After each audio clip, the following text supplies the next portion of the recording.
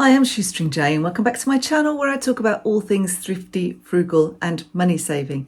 And today I thought I would talk about the lies we tell ourselves about money. And I am definitely guilty of doing this. So I'll start with my worst one. My worst one currently is it's only from the charity shop. It's only cheap. It's from a boot sale. It doesn't cost much money. And in the end, if you end up with a load of stuff you don't need, that you spend any amount of money on, even if it's just a tiny amount of money, then it's a waste, isn't it? It's a waste of your resources. And that's my worst one because, as you know, I love going to charity shops. I love finding bargains. I love going to boot sales. I like even going to auctions nowadays. I love the thrill of bargain hunting.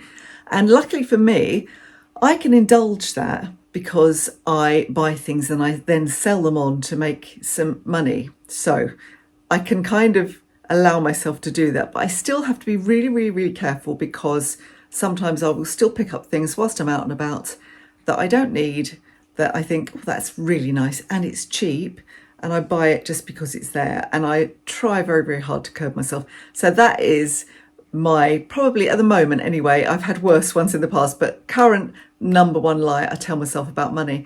But if I go through maybe some of the other more serious ones and common ones, that some of which, you know, I've done as well in the past myself, and some of which you might find that you do or somebody you know does.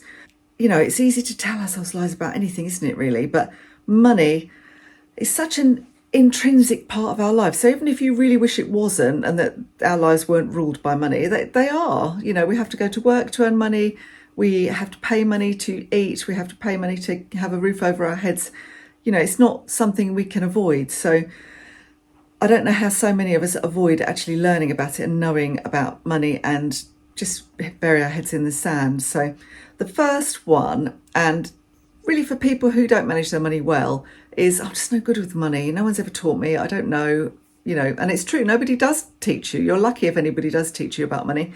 They don't teach you in schools, or they're very, very rare.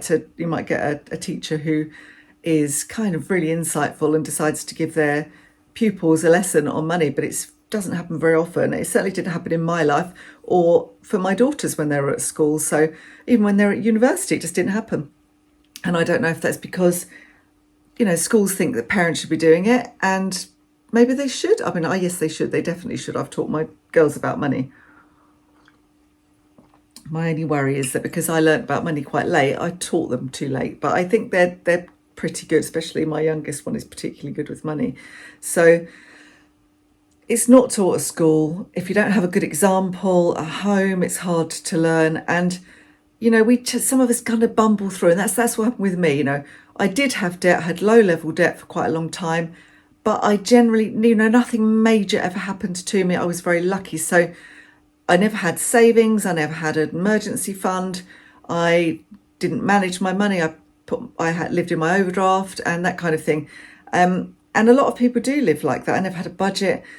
And people say, well, I'm just not good at money. And it's such a cop-out, really. If you need to manage your finances better because you perhaps have racked up debts and you need to work out how to repay them, or, you know, you're very, very aware, perhaps you've seen other people lose their jobs and you're really aware, you know, if that happened to you, you have no savings to fall back on, or maybe you've got something specific you want to save up for. Perhaps you're fed up with renting and you would like to buy your own property at some point in the future.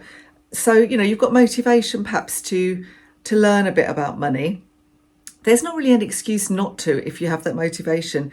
There's loads of books on the subject. There's loads of podcasts. There is YouTube films. There are money programs on the radio and the TV. There's a lot that you could learn, and you might not agree with. I'm not saying believe everything you hear, you know, because people can go on YouTube and they've got no qualifications. I'm not a financial advisor, so I wouldn't go into specifics at any point. But somebody like Dave Ramsey, he does know about money, so he's a good place to start, I would say. Not everybody agrees with everything Dave Ramsey says, but there's a lot of good stuff in what he preaches in terms of getting hold of your debts in particular. So there's no reason not to learn about money. So just saying, I'm no good with money is a bit of a cop-out, isn't it, really? And the next lie that we tell ourselves about money is that it's normal to have debt. And it has become normal to have debt. I did a recent video about, I mentioned Klarna in particular, but I was talking about buy now, pay later schemes generally, is that it's become very normal to really take out a debt on the smallest thing. I am definitely of the generation where it wasn't normal to have debt. It was really, really hard to even get an overdraft. It was hard to get a loan. But we're only allowed to borrow, I think it was something like 3 times your salary for your mortgage. Banks have had to loosen that because house prices are so expensive now. But that was probably the only debt that people had, really. Maybe you'd have a car loan, but even that was my parents never had car loans, for example. We bought second-hand cars and we paid cash for them. So I still do that now. I would never have a leasehold car or anything like that, or have a really expensive car that I had to take out a debt for, because I'm not in a situation to be able to repay large debt. So I'm not going to do that. I'm lucky now that I don't have a mortgage, but for years, obviously, I did have a mortgage. But I don't want debt because I don't want that worry about how to pay it back. And I've been in debt, as I say, low-level debt. I never had thousands and thousands of pounds worth of debt, but I regularly had maybe £2,000 to £4,000 worth of debt. And I lost sleep over it. I worried about it. I hated having a big chunk going out of my bank account as soon as I was paid, to pay off credit cards, to go towards my overdraft, to pay off personal loans and that kind of thing. So it never became normal to me, but it is really, really normal to some people. And I really worry about the younger generation. I think it's so normal to have debts. And again, they don't have financial education. So you've got this double whammy, haven't you? Normal to have debt, no financial education. Some of us are really just a paycheck away from disaster, aren't we? So you can decide that debt's not normal and decide to paint a different kind of financial picture for yourself. So if you start from there, then you won't buy a jumper on using buy now, pay it later situations like I mentioned in my last video. So it's not normal to have debts. It's not normal. So it's common, but it's not normal. So if you approach it from that point of view, perhaps you can start to tackle any problem debts or stop yourself getting into debt in the first place. And another one that I certainly have been guilty of saying to myself is, I deserve a treat. I've had a long week. It's been a really hard week at work. The kids are driving me nuts. Those kind of things. It's been busy. I deserve a treat. And it might be a small treat. So maybe I spend, £30 on a takeaway. But if I can't afford the takeaway, then the treat is actually becoming a burden. So if you can afford these things, obviously, you can afford them and you've got good control and you've got a budget for them, then I'm not saying never, never have a treat. We need treats. Everybody needs treats. But you might want to budget a certain amount in for treats and see what you can afford, and try not to do that impulse purchase thing that so many of us fall prey to. Tired, feel bad. I just feel bad about myself. I don't look nice. I'm going to spend a load of money. I'm going to book the hairdressers. I'm going to buy a load of clothes. I'm going to book the beauticians. I'm going to get my nails done. Again, they're all things that are nice to have if you can afford them, but can create a burden on you. So make your treats something that you budget in, and also think about, what little treats can you have that don't really cost anything at all, or cost very, very little. So just a bar of chocolate, or I'm just going to go and have a hot bath. I'm going to just sit and do some yoga, or I'm going to ask my partner to take the kids out and let me have a day to myself, or I will take the kids out and let them have a day to themselves. Just give each other little treats, give yourself a little treat. Let's go for a long walk along the beach. Let's go to the countryside. Maybe that will cost you some fares to get there if you go on public transport, or the cost of petrol. But again, you can budget in that kind of thing. It doesn't have to be really, really expensive to have a treat, does it? And another lie that you can tell yourself when you are overwhelmed by debt is, it's just impossible to pay my debts back. It's impossible to do it, so I'm not even going to try. And I'm just going to carry on getting in more debt, and I'm going to bury my head in the sand until, I'm really, really in trouble. So you don't want that. It's so much stress, and you might think you can run away from your debts. I knew somebody who moved house and just thought she could run away from her debts, and Of course, they found her. They found her, like some of them found her a couple of years later, but they found her, and it ruins your credit score. So if you ever need to take out a mortgage or you need to take out a loan for something, then nobody's going to trust you to repay it. So, or even if you just want to rent somewhere, unless you can get a guarantor, having a really bad credit rating is not going to stand in your favour, is it? So not dealing with your debts, thinking you can run away from them, is obviously a big mistake, and it's a big lie that you can tell yourself. And there is some help out there.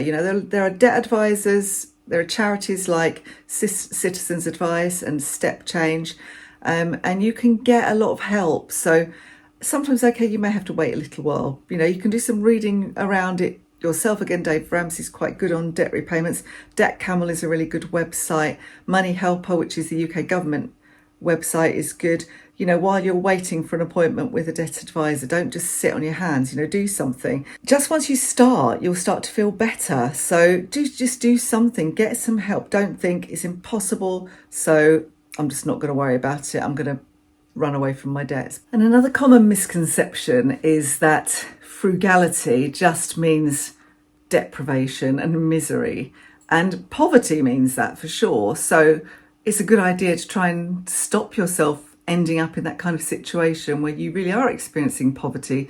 So whilst you are lucky enough to have a job and are lucky enough to be able to pay your rent and that kind of thing, then take control of your finances so that you protect yourself for the future. And that may mean, if you don't have a lot of extra income, that you can embrace some aspects of a frugal lifestyle just to release some extra money to help you to reach your financial goals. So again, as I've mentioned these before, it could be paying debts, could be saving up something, it could be putting some money into an emergency savings fund so that you don't have to take out debt in the future, that kind of thing. And getting control of your money can provide you with so much satisfaction that embracing a frugal lifestyle can really, it can just almost be a joy, really, because it gives you the opportunity to take control. And I certainly found that for myself. I didn't feel like I was deprived. I just found different ways of doing things. So, I love going to the theatre in London. Absolutely love going to the West End.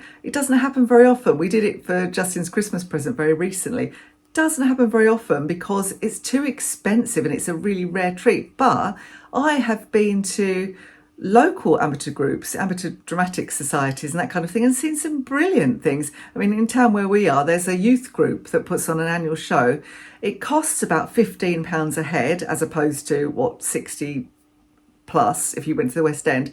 And it's the quality, you've got stars of the future. The quality is brilliant. And you can take your own snacks and you don't have to buy drinks there unless you budgeted it in. And, it can be a nice, not too expensive treat. You can just do things differently. And I did write a book about this. Some of you will be aware and will have read it. Extreme Frugality, Saving Money Like Your Grandma. It's kind of just embracing some of the things that our ancestors used to do in order to live frugally, because they just did it. They just did it because those are things that people did in times gone by because they had no choice. And they didn't have the option of credit and easy credit, and they couldn't pay for anything on Klarna, so they had to have the money. You can't think that generations past who happened to be quite poor were all unhappy. So always poverty is different to frugality. I'm saying frugality, just having those habits enables you to actually live a good and fulfilling life while also keeping control of your finances. Because I tell you what, just having masses of debt, that will deprive you of a lot of things. It will deprive you of just sleep, for one thing, and peace of mind, nothing else. So, and the other thing that kind of goes on to another one, we tell ourselves, I don't earn enough. I don't earn enough to put money aside or to avoid debt and that kind of thing. And it is hard if you are on a really limited income, but it's also then really, really vital that you don't add to the debt. So, or start to introduce debt into what's already a precarious situation. And you could maybe then look at ways to earn a bit more money. And obviously the ideal way would be just to go to your boss and say, I need a raise. But we all know that doesn't always work. Although, sometimes asking, it works. It depends on your situation and the company and that kind of thing. Certainly I worked for the local council and they had everything was bands. You were in a certain band for a certain job and you could go up if they thought you'd actually done enough to achieve your targets or whatever for the year, and otherwise you never got a wage increase, and we barely got anything, obviously, for years and years and years, and it's still like that now in local councils. So for me, what I did, I looked for a better job, didn't find one. So many things that I could do around the family and that I was qualified to do. Couldn't find anything that I thought would work. So I started various side hustles. I started my blog and I made a bit of money from advertising. So I wrote that. I also got some sponsored posts on my blog, made a little bit of extra from that. I sold things on eBay. That's where that came from. Initially just selling all of our old stuff, but then later on buying things specifically to resell. I took in lodgers. So for about 5 years solid, we had a lodger all the time. And that made a big difference, a big difference.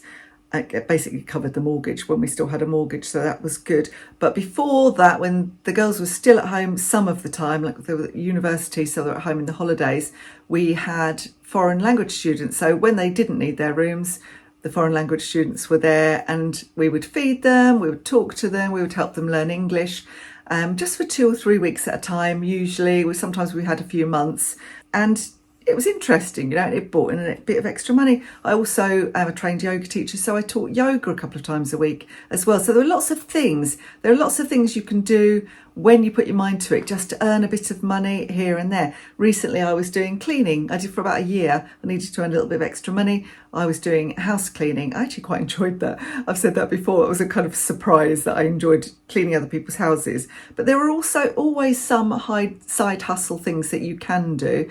It's more restrictive if you've got small children at home, if you're a single parent and that kind of thing, but it's still not impossible. I met a lady the other day who told me that her daughter sold jewellery. She'd found out a lot about jewellery. She looked in charity shops, she went to auctions, and they didn't take up any space in her house. And she was a single mum, and she could sell the jewellery on to make a little bit of extra money to help supplement her family's lifestyle. So there's always things you can do. So I think those are the main money lies that I can think of and that I can kind of relate to. You may think of others, and you could perhaps leave those in the comments below.